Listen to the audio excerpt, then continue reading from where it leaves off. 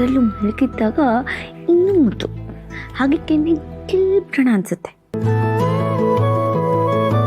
ಮಗು ಥರ ಮನಸ್ಸು ನಿಮ್ಮದು, ಸ್ವಲ್ಪನೂ ಕಲ್ಮಶ ಇಲ್ಲ. ಇವತ್ತು ನಾನು ಮನೆಗೆ ಬರಲಿಲ್ಲ, ಎಲ್ಲೋ ಹೊರಗೆ ಹೋಗಿದ್ದೆ ಅಂತ ಎಷ್ಟು ಬೇಜಾರು ಮಾಡ್ಕೊಂಡ್ರಿ. ಕಣ್ಣಲ್ಲೆಲ್ಲ ನೀರು ಹಾಕೊಂಡ್ಬಿಟ್ರಿ. ನಿಮ್ಮನ್ನು ನೋಡಿದ್ರೇ ಗೊತ್ತಾಗ್ತಿತ್ತು ನೀವು ನನಗೆ ಎಷ್ಟು ಪ್ರೀತಿಸ್ತೀರಾ ಅಂತ. ನಿಮ್ಮ ಕಣ್ಣೀರು ನೋಡ್ತಿದ್ರೆ ತಾಯಿನ ಕಳ್ಕೊಂಡಿರೋ ಮಗು ಅತ್ತಾಗ ಅನಿಸ್ತಿತ್ತು. ನಾನು ಅಷ್ಟೆ, ನಮ್ಮಮ್ಮ ನನ್ನೆಲ್ಲಾದರೂ ಹೊರಗಡೆ ಬಿಟ್ಟು ಹೋದಾಗ ಹೀಗೆ ಹೇಳ್ತಾ ಇದ್ದೆ, ನಂದೇ ತಪ್ಪು, ನಾನೇ ತಪ್ಪು ಮಾಡಿದ್ದಿವತ್ತು, ನಿಮ್ಗೆ ಹೇಳಿ ಹೋಗ್ಬೇಕಾಗಿತ್ತು. ಅಮ್ಮಂಗೆ ಹೇಳಿದ ಥರ ನಿಮಗೂ ಹೇಳಿಬಿಟ್ಟಿದ್ರೆ ನೀವು ಅಷ್ಟೊಂದು ಬೇಜಾರೇ ಮಾಡ್ಕೋತಿರ್ಲಿಲ್ಲ. ಸಾರಿ ಆಯಿತಾ, ನೆಕ್ಸ್ಟ್ ಟೈಮಿಂದ ಹೀಗೆ ಮಾಡಲ್ಲ.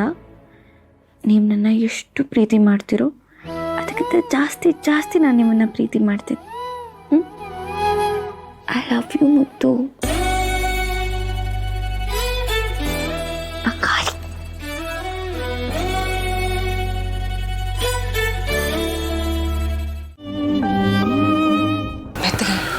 ಶಿರು ಮಲಗಿದ್ದಾನೆ.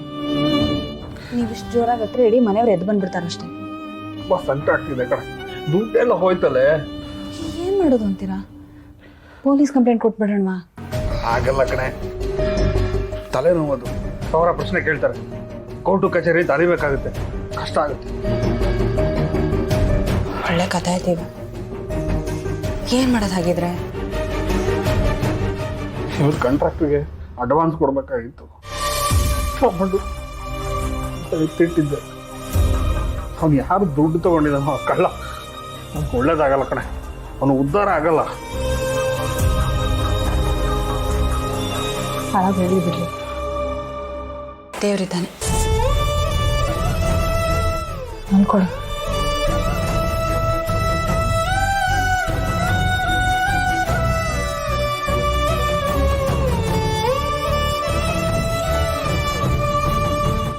ಏನು ಇಲ್ಲಪ್ಪ, ಸೋಕೆ ಪತ್ರಿಕೆ ರೆಡಿ ಮಾಡಕ್ಕೆ ಹೇಳಿದ್ದಲ್ಲ, ಒಂದು ಕಾಪಿ ರೆಡಿ ಮಾಡ್ಕೊಂಡು ತಗೊಂಬಂದಿದ್ದೀನಿ. ನೀನೊಂದ್ಸಲಿ ನೋಡಿ ಹೇಳ್ಬಿಟ್ರೆ ನಾನು ಪ್ರಿಂಟ್ ಹಾಕಕ್ಕೆ ಕೊಟ್ಬಿಡ್ತೀನಪ್ಪ. ಅಲ್ಲ ಕಲ್ಲ, ಇಂಥ ಸಣ್ಣ ವಿಷಯಕ್ಕೆ ನೀನೇ ಬರ್ಬೇಕಾಗಿತ್ತೆ. ಯಾರಾದ್ರೂ ಹುಡುಗರ ಕೈಲಿ ಕಳ್ಸಿದ್ರೆ ಆಯ್ತು ನಿಮಗೆ.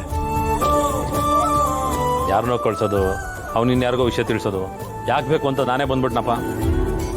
ನೋಡಯ್ಯ, ನಾವಿಬ್ರು ಒಂದಾಗಬೇಕು ಅಂತ ಇಷ್ಟೆಲ್ಲ ಮಾಡ್ತಾ ಇದ್ದೀನಿ. ಇಂಥ ಸಣ್ಣ ವಿಷಯಕ್ಕೆ ನಾವು ಚಿಕ್ಕವರಾಗಬೇಕಾ? ಸರಿಯಾಗಿ ಮಾಡಿದೆ ಬಿಡು, ನೀನು ಬಂದಿದ್ದೆ ಒಳ್ಳೇದಾಯ್ತು. ನೀನೊಂದ್ಸಲಿ ನೋಡಿ ಹೇಳ್ಬಿಟ್ರೆ ನಾನು ಪ್ರಿಂಟ್ ಹಾಕಕ್ಕೆ ಕೊಟ್ಬಿಡ್ತೀನಪ್ಪ. ಹಾಂ ಸರಿನಪ್ಪ, ನಾನೇನು ಬರ್ತೀನಿ, ಟೈಮ್ ಆಯಿತು. ಲೈ ಕೂತ್ಕೊಳ್ಳಯ್ಯ, ನಾವಿಬ್ರು ಈಗ ಬೀಗರು. ಮನೆಗೆ ಬಂದು ಏನು ತಿಂದೆ ಹೋದ್ರೆ ಏನೋ ಯಾವ್ದು. ಕುಡಿಯೋಕೆ ತಗೊಂಬರಮ್ಮಿ. ನಾನು ಮುಖ್ಯಮಂತ್ರಿಗಳನ್ನ ಭೇಟಿ ಆಗ್ಬೇಕಪ್ಪ. ಕೂತ್ಕೊಳ್ಳಪ್ಪ. ಬಿರಿಯಾನಿ ಏನೋ ತಗೊಂಬರಮ್ಮಿ ಕುಡಿಯೋಕೆ.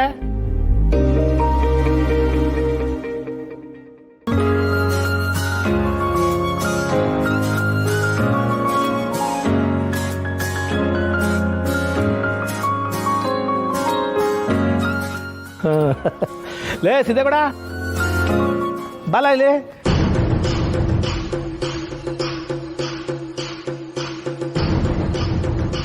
ಇಲ್ಲಡ್ಲ, ನಿಮ್ಮ ಅತ್ತೆ ನಿಮ್ಮ ಮಾವ ಬಂದವ್ರೆ, ಮಾತಾಡ್ಸಲ್ಲ. ನಮಸ್ಕಾರ. ನಾವು ಲೈ ನಮಸ್ಕಾರ ಮಾಡ್ಕೊಳ್ಳ.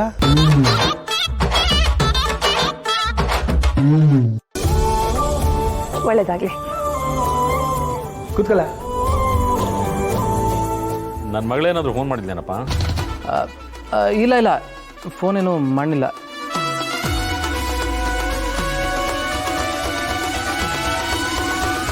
ಬಿಡು ಮಾಡ್ಕೊಂಡು ಮನೆ ಕಡೆ ಬಾಪ್ಪ. ಬರ್ತೀನಿ. ಸರಿ, ನಾವಿನ್ನು ಬರ್ತೀನಪ್ಪ, ಟೈಮ್ ಆಯಿತು.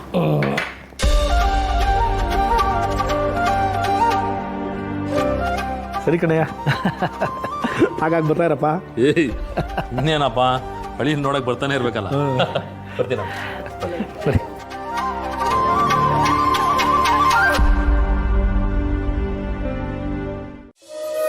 ಕಿರಣ, ಎಂಥ ಪರಿಸ್ಥಿತಿ ಬಂದರೂ ನೀನು ರಜಾ ಆಗ್ತಾ ಇರಲಿಲ್ಲ. ಹೋದ ವಾರ 2 ದಿನ ರಜಾ ಹಾಕಿದ್ದೆಲ್ಲ, ಎಲ್ಲೋಗಿದ್ದೆ? ಅದು ನನ್ನ ಮಗಳು ಅಳಿನ ಮನೆಗೆ ಹೋಗ್ಬೇಕಿತ್ತು. ಮನೆಯವ್ರು ಹೋಗ್ಲೇಬೇಕಂದ್ರು, ಹಂಗಾಗಿ ರಜಾ ಹಾಕ್ಲೇಬೇಕಾಯ್ತು. ನಿಮ್ದು ಒಂಥರ ಆರಾಮ್ ಜೀವನ ಆಯ್ತು ಬಿಡಪ್ಪ. ಮಗಳು ಮದುವೆ ಮಾಡಿದ ಮೇಲೆ ಜವಾಬ್ದಾರಿ ಕಳ್ಕೊಂಬಿಟ್ಟೆ ಬಿಡಪ್ಪ. ಎಲ್ಲಿ ಚಂದ್ರಣ್ಣ, ಇನ್ನೂ ಮದುವೆ ಆಗ್ಬೇಕಾಗಿರೋ ಮಗಳಿದ್ದಾಳೆ, ಮಗ ಇದ್ದಾನೆ. ಈ ಮದುವೆ ಎಲ್ಲ ಆಗೋ ತನಕ ನನ್ನ ಜವಾಬ್ದಾರಿ ನನ್ನ ತಲೆ ಮೇಲೆ ಇದ್ದದ್ದೇ. ಅದು ಆಗುತ್ತೆ ಬಿಡಪ್ಪ. ನೀನ್ ಯಾರಿಗೆ ಮೋಸ ಮಾಡಿದವನಲ್ಲ, ಕೆಟ್ಟದ್ದು ಬಯಸಿದವನಲ್ಲ. ದೇವ್ರು ನಿನಗೆ ಕೆಟ್ಟದ್ದು ಮಾಡ್ತಾನ, ಒಳ್ಳೇದು ಮಾಡೇ ಮಾಡ್ತಾನೆ. ಆ ನಂಬಿಕೆ ಮೇಲೆ ನಾನಿದ್ದೀನಿ ಚಂದ್ರಣ್ಣ. ಆದರೆ ಕಂಪ್ನಿನಲ್ಲಿ ಬಲವಂತದಿಂದ ರಿಟೈರ್ಮೆಂಟ್ ಕೊಡಿಸ್ತಾ ಇದ್ದಾರೆ. ಇನ್ನೊಂದು ಸ್ವಲ್ಪ ದಿನ ಅಷ್ಟೇ ನನ್ನ ಕೆಲಸ. ಏನಂದೆ? ಅದ್ಯಾಕೆ ಕೆಲಸದಿಂದ ತೆಗಿತಾ ಇದ್ದಾರಂತೆ? ಯಂತ್ರ ಥರ ಕೆಲಸ ಮಾಡಬೇಕು ಅಂತ ನಿರೀಕ್ಷೆ ಮಾಡ್ತಾರೆ. ಈ ವಯಸ್ಸಿನಲ್ಲಿ ಅವಂಗೆ ಮಾಡೋಕ್ಕಾಗತ್ತಾ? ಯಂತ್ರಗಳು ಕೆಲಸ ಕಿತ್ಕೋತಾ ಇದ್ದಾವೆ. ಮನೇಲಿ ಇನ್ನೂ ಮದುವೆ ಆಗೋ ಮಗಳಿದ್ದಾಳೆ, ಮದುವೆ ಮಾಡಬೇಕು. ಇನ್ನೊಂದು ಕಡೆ ನನ್ನ ಹೆಂಡತಿಗೆ ಮಾತು ಕೊಟ್ಟಿರೋಂಗೆ ಮನೆ ಕಟ್ಟಬೇಕು. ಆಸೆಗಳೇನೋ ದೊಡ್ಡದಾಗಿ ಬೆಳೀತಾ ಇದ್ದಾವೆ, ಆದರೆ ಅದನ್ನು ಈಡೇರಿಸೋ ಭರವಸೆ ಮಾತ್ರ ಸಣ್ಣದಾಗ್ತಾ ಇದೆ. ಈ ಪರಿಸ್ಥಿತಿಲಿ ನನ್ನ ಕೆಲಸ ಹೋದರೆ ಈ ವಿಷಯನ ನಿಮ್ಮ ಮನೆಯವ್ರಿಗೆ ತಿಳಿಸ್ತೀಯಾ? ಹೇಳಿಲ್ಲ ಚಂದ್ರಣ್ಣ. ವಿಷಯ ತಿಳಿಸ್ಬೇಕಲ್ವರಪ್ಪ. ಮನೆಯವ್ರಿಗೆ ಎಲ್ಲರಿಗೂ ವಿಷಯ ಗೊತ್ತಿದ್ರೆ ಒಳ್ಳೆಯದು. ಆಗಲಾದ್ರೂ ನಿನ್ನ ಗಂಡು ಮಕ್ಕಳಿಗೆ ಮನೆ ಜವಾಬ್ದಾರಿ ಬರುತ್ತೆ. ಆಗ ನೀನು ಟೆನ್ಷನ್ ಇಲ್ದಂಗಿರ್ಬೋದು. ಪಾಪ ಅವ್ರ ಜವಾಬ್ದಾರಿಯಿಂದ ಅವ್ರ ಕೆಲಸ ಮಾಡ್ತಾ ಇದ್ದಾರೆ. ಅವ್ರು ದುಡಿಯೋದು ಅವ್ರ ಕುಟುಂಬಕ್ಕೆ ಆಗುತ್ತೆ. ಸಣ್ಣವನು ಈಗಿನ್ನ ಯಾವುದೋ ಒಂದು ಸಣ್ಣ ವ್ಯಾಪಾರ ಶುರು ಮಾಡಿದ್ದಾನೆ. ಅವನಿನ್ನೂ ಸೆಟ್ಲ್ ಆಗಬೇಕು. ಇದೆಲ್ಲ ಗೊತ್ತಿದ್ದೂ ನಾನೀಗ ಅವ್ರ ತಲೆ ಮೇಲೆ ಹೆಂಗೆ ಜವಾಬ್ದಾರಿ ಹೊರಿಸ್ಲಿ ಹೇಳು? ಹಾಗಾದರೆ ಎಷ್ಟು ದಿನ ಅಂತ ಈ ವಿಷಯ ಹೇಳದೇ ಇರ್ತಿ ಹೇಳು? ಹೇಳಬೇಕು, ಹೇಳ್ತೀನಿ. ಆದರೆ ಯಾವಾಗ ಅಂತ ಗೊತ್ತಿಲ್ಲ.